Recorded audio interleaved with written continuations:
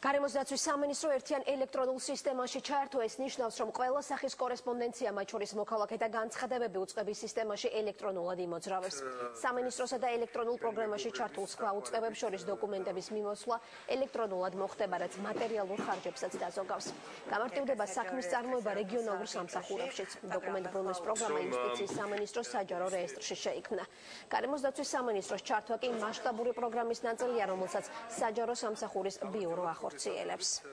დღეს ჩვენი მეგობრების დახმარებით და პრაქტიკულად გადავალთ ელექტრონულ წარმოებაზე, რითაც გარდა იმისა, რომ ზოგადად ეს იქნება ძალიან მოქნილი სისტემა, ძალიან მობილური სისტემა მოსახლეობისთვის, სამინისტროს თანამშრომლებისთვის, გარდა ამისა, ჩვენ დავზოგავთ ქაღალდს და შეიძლება ითქვას, რომ ფურცლით წარმოება გარკვეულწილად უკვე ისტორიაში ჩავარდა გარემოს დაცვის სამინისტროში. ამ ცვლილების ისევე როგორც ნებისმიერი სხვა ელექტრონული მმართველობასთან დაკავშირებული ცვლილების მთავარი მიზანი არის, რომ მოქალაქეებს გაუმარტივდეთ ურთიერთობა საჯარო დაწესებულებებთან, სამინისტროებთან, რომ მათ მიერ გაგზავნილ წერილებზე მიიღონ უფრო სწრაფი პასუხები, ვიდრე ეს ხდება დღეს.